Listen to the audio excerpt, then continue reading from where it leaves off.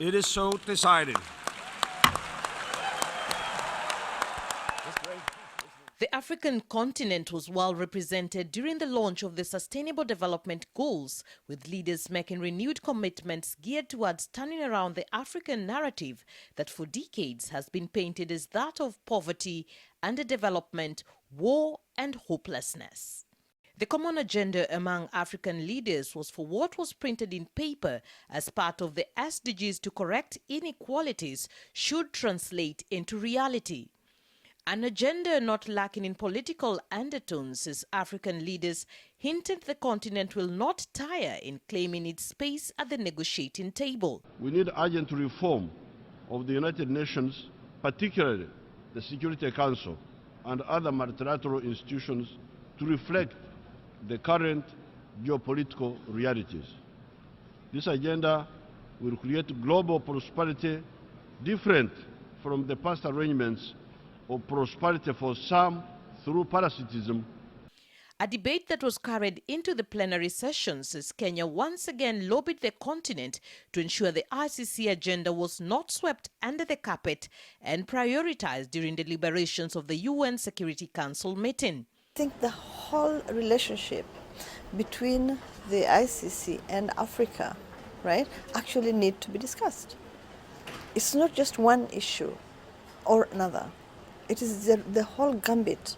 The 13-member technical working group comprising of all foreign affairs ministers in Africa tasked with the review of Africa's relationship with the ICC revealed they will be ready to present a report to the Assembly of State Parties in November detailing 7 areas they want amended. A honest game is where you know the rules and the goals.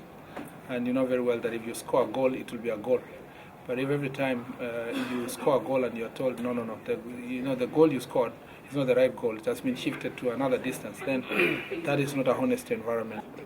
This is the time to start talking about how to strengthen, how to establish the African Court of Justice. Of the prosecutor versus William Samoei Ruto. The Kenyan delegation, comprising of MPs from the Jubilee coalition, revealed the group had agreed to push for the case against Deputy President William Ruto and Sudan's President Omar al-Bashir to be deferred on the basis that no sitting head of state or government should be subjected to a court process while in office. At the same time, the group is proposing an amendment to give member countries the latitude to review and assess their membership with the court periodically. Members of the delegation also hit out at the decision of the court to allow the application of Article 68 of the statute, giving the green light for the Office of the Prosecutor to introduce recanted evidence in the ongoing case against the Deputy President. If indeed the court decides to use recanted evidence in a manner that is prejudicial to our Deputy President, then clearly this will be unacceptable to us.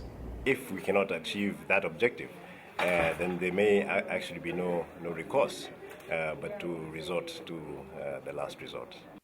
Among the member countries who were represented in the meeting included Burundi, Chad, Cote d'Ivoire, Eritrea, Ethiopia, Kenya, Libya, Sudan, South Sudan, and Senegal. Reporting for Channel 1 NewsHour in New York, my name is Catherine Achieng'a.